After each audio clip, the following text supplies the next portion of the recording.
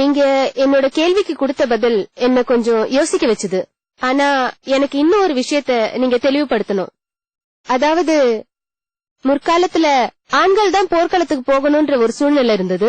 அதே மாதிரி ஒரு குடும்பத்துக்கு ஆண்களால தான் வருமானம் கிடைச்சிட்டு இருந்தது. ஆனா இப்ப காலம் மாறிடுச்சு. எதிர்காலத்துல இன்னும் மாற வாய்ப்பு இருக்கு. எதிர்காலத்துல பெண்கள் போர்க்களத்துக்கு கூட போகலாம். இப்பவே பெண்கள் வேலைக்கு போக ஆரம்பிச்சுட்டாங்க. பெண்களும் இப்போ ஆண்களுக்கு இணையா இருக்க ஆரம்பிச்சுட்டாங்க. இந்த மாதிரி ஒரு சூழ்நிலையில ஒருத்தனுக்கு ஒருத்தின்றதுதான் சரியா இருக்க முடியும். ஏன்னா மதம்ங்கிறது மனித சமுதாயத்துக்கு மட்டும்தான், கடவுளுக்கு இல்ல. இதுதான் என்னோட கேள்வி. நல்ல கேள்வி. அந்த காலத்தில் போர் காரணமாக நிறைய ஆண்கள் இறந்தார்கள், நான் ஏற்கிறேன். இன்று அந்த அளவு போர் நடப்பதில்லை. ஆனால் இன்றும் கூட சகோதரி, போரில் அதிக ஆண்கள் தான் இறக்கிறார்கள். கல்ஃப் போரில் அதிக ஆண்கள் இறந்தார்கள். ஆப்கானிஸ்தான் போரிலும் ஆண்கள் தான் இறந்தார்கள். வியட்நாம் போரிலும் அதிக ஆண்கள் தான் இறந்தார்கள். ஆனால் அந்த காலத்தை விட குறைவாக இறந்திருப்பார்கள், நான் ஏற்றுக்கொள்கிறேன். ஆனால் இன்று நாம் கணக்கெடுத்து பார்த்தோமேயானால் அதிக அளவு புகைப்பிடித்து இறப்பது பெண்களை விட ஆண்கள் தான் அதிகம். குடிப்பழக்கத்தினால் இறப்பது பெண்களை விட ஆண்கள் தான் அதிகம். விபத்து பெண்களை விட ஆண்கள் அதிகம். நான் நீங்கள் சொன்னதை ஏற்றுக்கொள்கிறேன். இப்பொழுது பெண்களும் போருக்கு செல்கிறார்கள். அமெரிக்காவில், யுஎஸ்ஏவில் அங்கு நான் இருந்தபொழுது ஒரு பெண்கள் பிரிவை ஏற்படுத்தினார்கள். பெண்கள் சென்று அதிக அளவில் அங்கு ராணுவத்தில் சேர்ந்தார்கள். உங்களுக்கு தெரியுமா, அந்த நேரத்தில் இருந்த அமெரிக்க அதிபர் அது பில் கிளின்டன் தான். அவர் பாராளுமன்றத்தில் மன்னிப்பு கேட்க நேர்ந்தது. ஏன் தெரியுமா? 96 பெண்கள் கற்பழிக்கப்பட்டார்கள் மேலதிகாரிகளால். அவர் பாராளுமன்றத்தில் மன்னிப்பு கேட்டார். அங்கு ராணுவத்தில் சேரும் அதிக அளவு பெண்கள் மேல் அதிகாரிகளால் கற்பழிக்கப்படுகிறார்கள். தோளோடு தோள் சேர்ந்து போருக்கு சென்றால் என்ன நடக்கும்?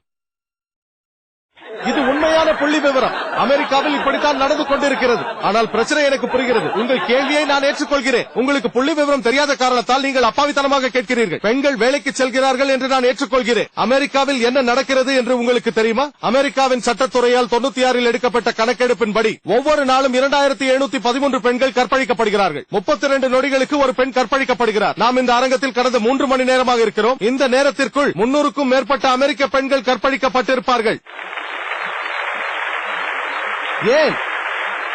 பெண்கள் வேலைக்கு செல்வதை இஸ்லாம் எதிர்க்கவில்லை, நிச்சயமாக எதிர்க்கவில்லை. ஆனால் குடும்பத்தை வழிநடத்துவது ஒரு ஆணின் முக்கிய கடமை. அவர்கள் வேலை செய்யலாம், ஆனால் மரியாதைக்குரியதாக இருக்க வேண்டும். நீங்கள் ஆண்களுடன் ஒன்றாக சேர்ந்து கொண்டு பாடுவது, ஆடுவது இதெல்லாம் தவறு. வேலைக்கு செல்லலாம் சகோதரி, ஆனால் மரியாதை இல்லாத வேலைகளை செய்தால் உங்கள் மானத்தையும் மரியாதையையும் இழக்க வாய்ப்பு இருக்கிறது. வேற ஏதாவது கேட்க வேண்டுமா? நான் இங்க பெண்களோட புதிய வேலைகள் பத்தி தாழ்த்தி பேசல. பெண்களோட புதுமையான வேலைகள், உதாரணத்துக்கு கார் ஓட்டுறது. அதாவது இந்த உலகத்துல நாளுக்கு நாள் பெண் ஓட்டுநர்கள் அதிகரிச்சுட்டு வராங்க. இப்படியே நாளுக்கு நாள் பெண் ஓட்டுநர்கள் அதிகரிச்சுட்டு வர சமயத்துல இந்த காரணத்தினால பெரும்பாலான பெண்கள் இறக்க வேண்டிய சூழ்நிலை ஏற்படுது. இந்த மாதிரியான சமயத்துல மத கோட்பாட்டின்படி ஒரு ஆணுக்கு ஒரு பெண் என்பதை நாம ஏத்துக்கலாம். இந்த மதத்தை பத்தி மட்டும் நான் இங்க பேசல. எந்த மதமா வேணாலும் இருக்கட்டும், காலங்கள் மாற மாற அதனோட மத கோட்பாட்டுகளை மாத்திக்கிறது சரியா? மிகவும் நல்ல கேள்வி. காலங்கள் மாற மாற மத கோட்பாட்டை மாற்றிக்கொள்ளலாமா என்று கேட்டார். மத கோட்பாடு பரிபூர்ணமாக இல்லை என்றால் அங்கு மாறுதல் தேவைப்படுகிறது. மத கோட்பாடு தெளிவாக இருந்தால் மாறுதல் தேவையில்லை.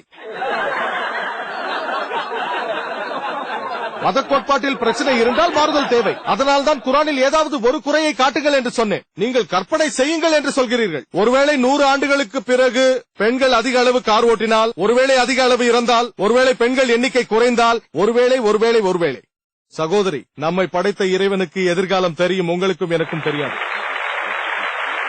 அவனுக்கு எதிர்காலத்தை பற்றி தெரியும். ஒரு மனைவிக்கு மேல் மணந்து கொள்ள அனுமதி அளித்தான், ஆனால் நிர்பந்திக்கவில்லை. உங்கள் கருத்தை ஏற்றுக்கொண்டாலும், அதாவது பெண்களின் எண்ணிக்கை சமமாக வந்துவிடும் என்ற கருத்தை ஒரு முஸ்லிம் ஒரு மனைவிக்கு மேல் மணக்க வேண்டும் என்று இஸ்லாம் கட்டாயப்படுத்தவில்லை. எனக்கு ஒரு மனைவிதான் சகோதரி, எனக்கு ஒரு மனைவிதான். நான் அவருடன் சந்தோஷமாக இருக்கிறேன். இன்னொரு திருமணம் செய்து கொள்ளும் எண்ணம் எனக்கு இல்லை. எனக்கு எந்த பிரச்சனையும் இல்லை. வேறொருவர் செய்து கொள்ள வேண்டும் என்று நினைத்தால் எனக்கு பிரச்சனை இல்லை. வேண்டும் என்றால் செய்து கொள்ளுங்கள், வேண்டாம் என்றால் விட்டு விடுங்கள். ஆனால் செய்து கொண்டால் இருவரையும் சமமாக நடத்த வேண்டும். ஆகவே சகோதரி, நம்மை படைத்த எல்லாம் வல்ல இறைவனானவனுக்கு எதிர்காலத்தை பற்றி தெரியும். மருத்துவர் சைனைட் சாப்பிடாதே என்கிறார். ஆனால் கற்பனையில் சைனைட் என்னை ஒன்றும் செய்யாது என்று சாப்பிட்டால் மருத்துவருக்கு தெரியும்.